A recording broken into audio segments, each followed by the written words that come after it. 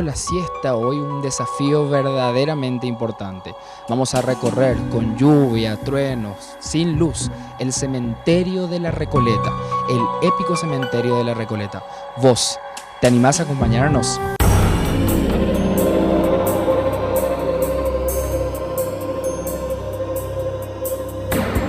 Seguimos nosotros con nuestro recorrido y a mí me gustaría verle acá muy machito, Alejo Galeazzo, Pati Hinso, que siempre manda todo al frente. Acá les quiero ver.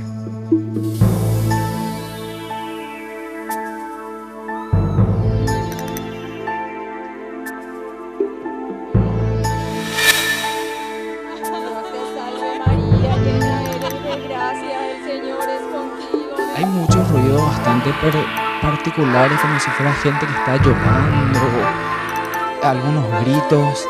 Verdaderamente podemos decir que esto es un campo energético.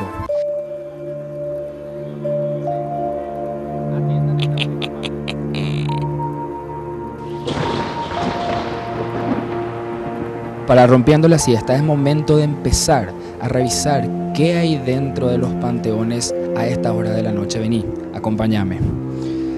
Aquí, por ejemplo, podemos ver que claramente se ven todas las lápidas, los ataúdes. Este panteón parece estar un poco abandonado, ya parece gente que verdaderamente falleció hace mucho tiempo. Ya me estoy por caer. Bueno, hay que aceptar que... ¡Ayuda!